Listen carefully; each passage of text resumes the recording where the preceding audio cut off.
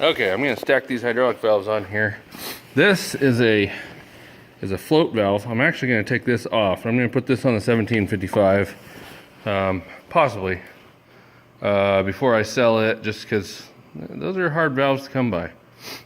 They won't operate as a detent, but I don't know, a lot of people don't really use the detent, and if you use that for your lift or your raise and lower on a disc or something like that, it'll work just fine. It'll probably actually work better. But and then this valve works really good, so I'm going to put this on the 1755 because it doesn't. Then I've got these two, which may or may not work good, but I don't use my remotes nearly as much as I do the loader valve, which I will plumb in to Power Beyond. So if you want to know how to do Power Beyond on these 55 series, this line is pressurized all the time. So they've got, somebody put this hose in here. I've got this on here temporarily. But normally there's a steel line that goes all the way across, and you can buy a tube or a flareless, I don't remember what Parker calls their version, but it's a branch T, and so it's got a pipe fitting on one in the middle, and then it's got kind of like a compression joint for the tube here. You cut out a section of the tube. I did that on the 1755. I can show you a picture of that sometime. But that is definitely the way to go for a loader.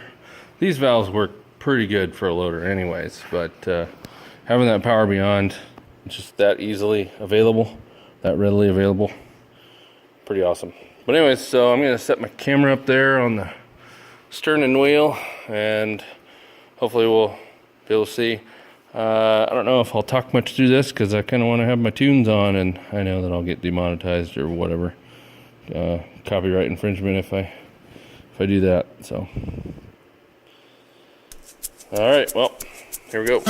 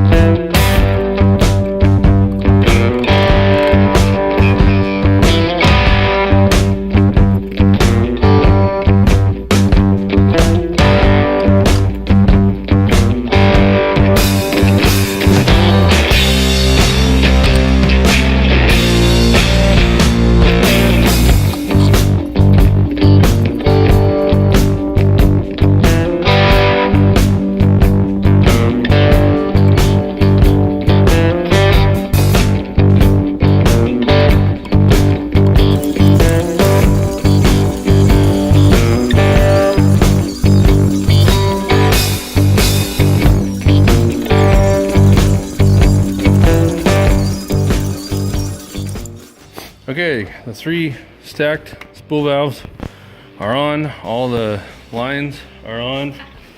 All the lines are tight. All those steel lines that go into the housing all along here are tight.